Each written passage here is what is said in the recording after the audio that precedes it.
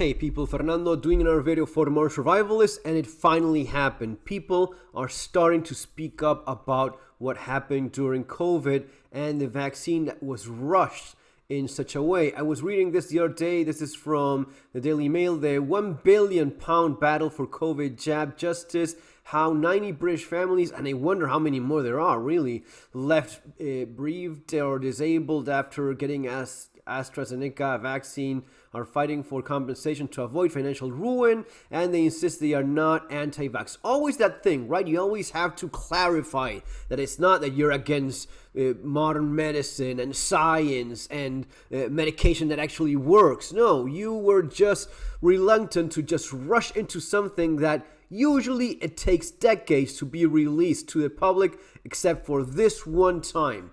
This is from Civic News Australia. On his feet after a harrowing ordeal. All I did was go and take a vaccine. Now Chris Nemeth is fighting for justice. I couldn't walk, I couldn't work. The once healthy 49-year-old became wheelchair-bound after developing a chronic neurological disorder called CIDP.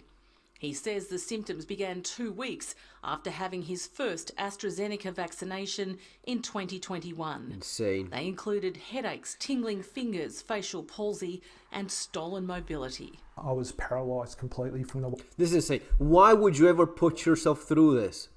I went through COVID. I think it maybe have been twice, actually. I mean, I didn't even bother checking the second time because the first one was so... like nothing. I mean, my entire family went through it. And just because we had so many of the damn kids that we were feeling like not so well, yep, sure, it is. This is it. Less than a cold. Nothing. I mean, within a day, and you barely notice it. Like one line of fever, if that, a little bit of a headache, not feeling all that great. That was it.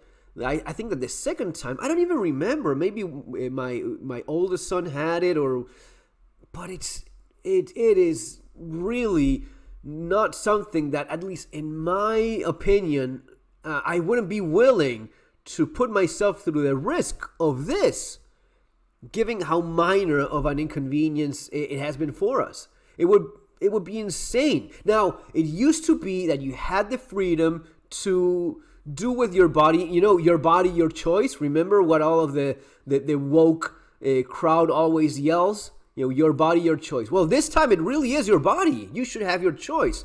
Do I want to subject myself to some surgery, intervention, do something to me, start taking some medication? Well, it is on me. It is my choice. That's what I decide to do. If I'm having a headache, do I take an aspirin or not? Maybe I'll just, going to the dentist. Hey, Fernando, yeah, we have to fix this. Okay, I could give you a little bit of anesthesia. You know what? No. I'd rather take a little bit of pain and then not have to deal with the rest of the day with my face being paralyzed.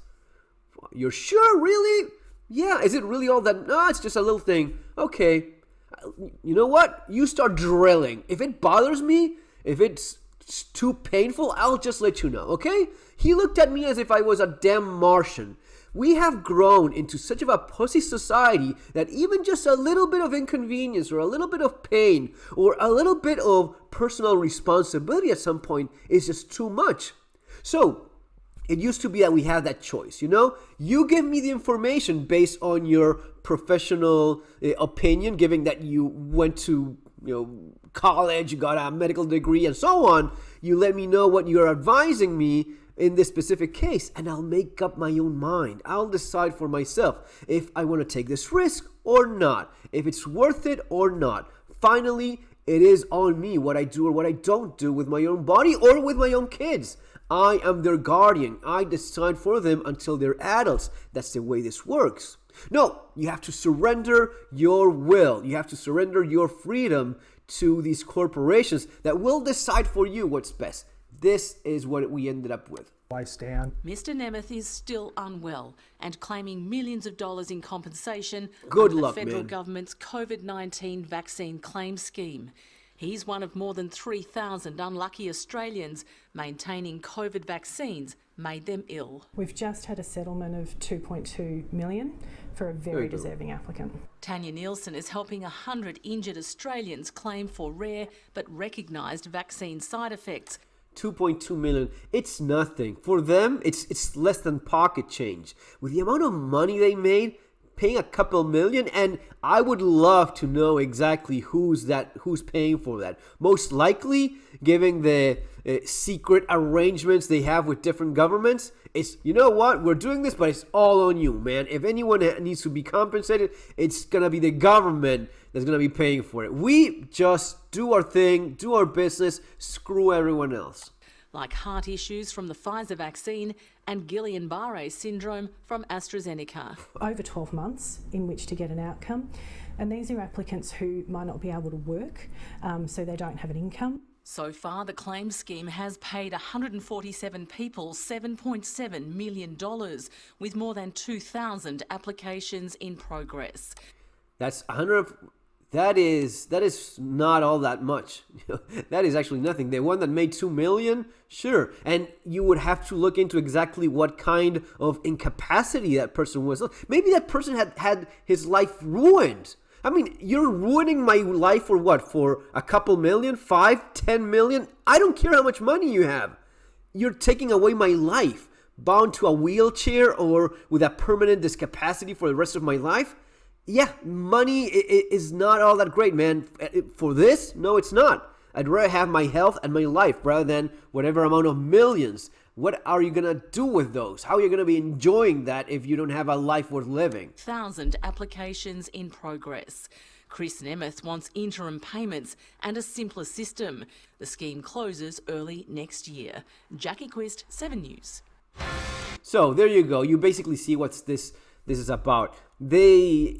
And these are only the people that are speaking up and doing something about it. The amount of people with permanent conditions that they will have to live with for the rest of their lives. And we're not even talking about the people that are no longer there. These are the ones that are at least alive. Okay, folks? Just keep in mind, I mean, these are things we've talked about in the channel for a very long time. These are things that YouTube always would give you a strike in your channel for speaking up and saying what now is being admitted in public in the mainstream media. Okay, see you on our next video. As always, if you want to learn more about survival and preparedness, you have Surviving the Economic Collapse, Street Survival Skills, my books available in Amazon, and the links there below. See you in our next one.